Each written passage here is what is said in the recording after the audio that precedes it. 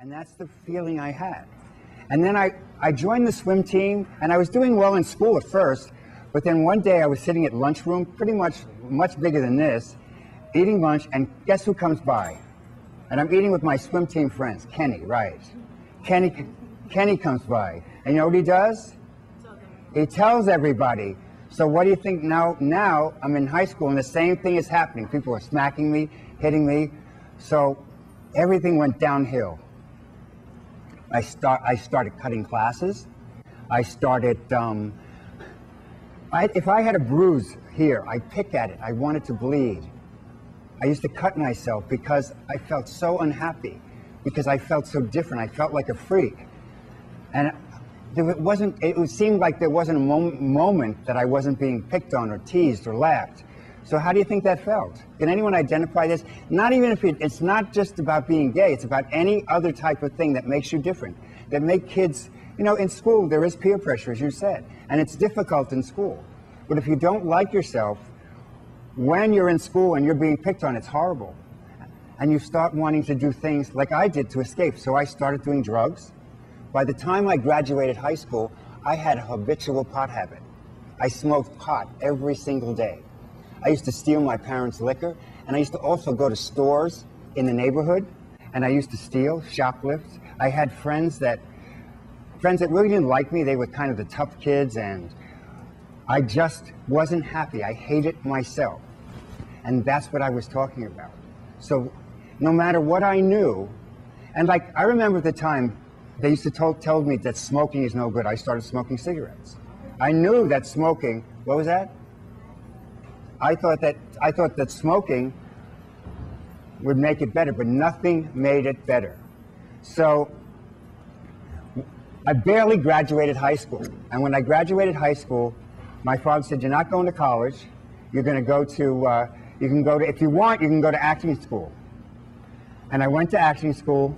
I got a job. And the first day of acting school, I was able to there was a part an audition for a part in a play, and I got it. And I started doing very well as an actor. Now I want to stop a minute and talk about HIV and STDs. Now, as I said in the beginning, okay, could one of you guys get me a bottle of water, please? Yes. You know, they're getting it, thanks. So remember I said that STDs,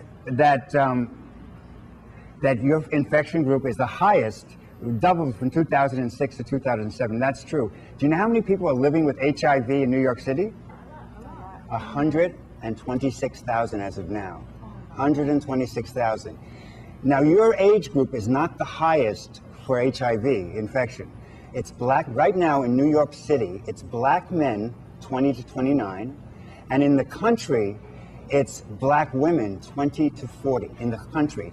Do you know what the leading cause of death for black women from the age of 24 to 40 in the country is HIV/AIDS?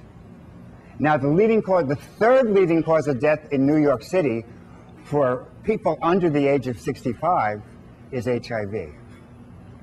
Now your age group, 13 to 19, is the highest infection group for syphilis, STDs, syphilis, gonorrhea, chlamydia, HPV, and hepatitis C. You guys have the highest.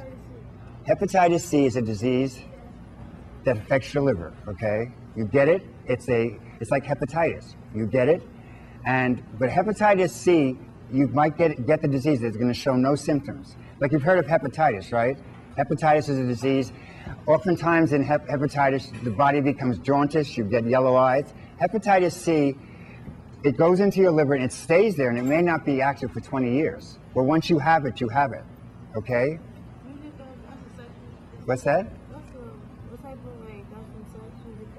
Yes, hepatitis C comes from sex. It's a sexually transmitted disease.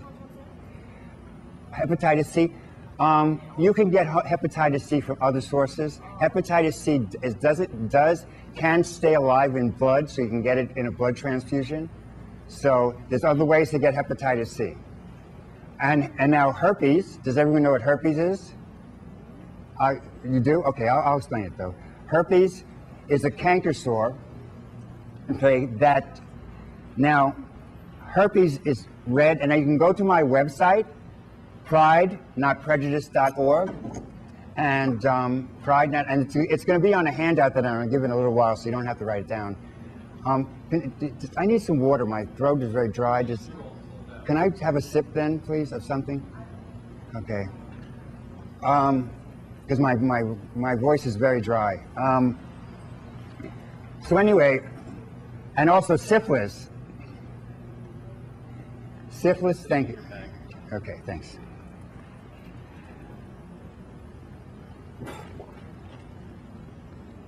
Oh, that's better. Thank you. I'm sorry. My gums are sticking and it feels really bad. Okay, anyway, so does everyone here know what syphilis is?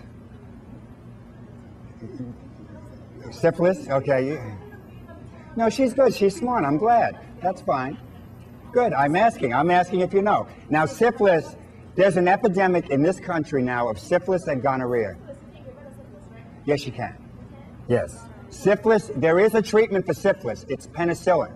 Large doses of penicillin, but the shot is this big needle. And if you don't get tested, though, syphilis can lead to death. It can go into your blood, and it can go into your heart, and then it can also cause blindness because it gets into the spinal fluid, and it goes through your system, and it can cause blindness. And a lot of kids, we can ask questions afterwards, okay? This is hard, but thank you. But I'm glad. So at the last part, you are guys going to ask a lot of questions, right?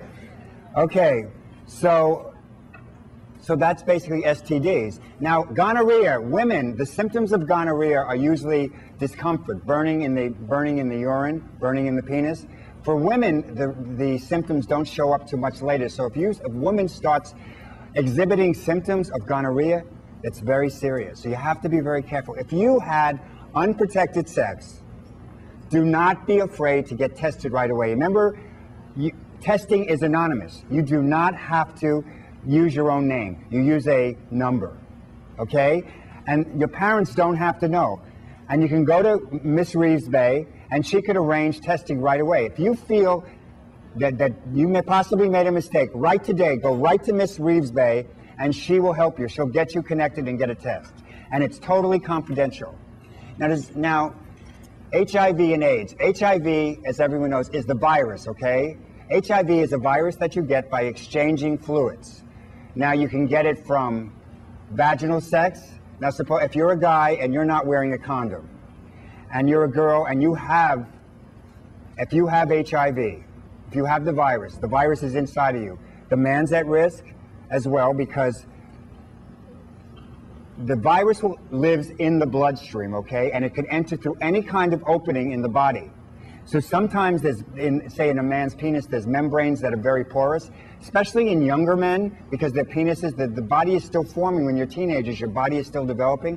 And also with women, the areas around your vagina when you're this young are still forming. So you're at a little bit higher risk because there's more entry points for the blood to enter. So also oral sex, you can get it by exchanging blood. You can get it in the gums. If you have any kind of bleeding, any kind of gaps that might lead to your bloodstream in the gums, you could get HIV.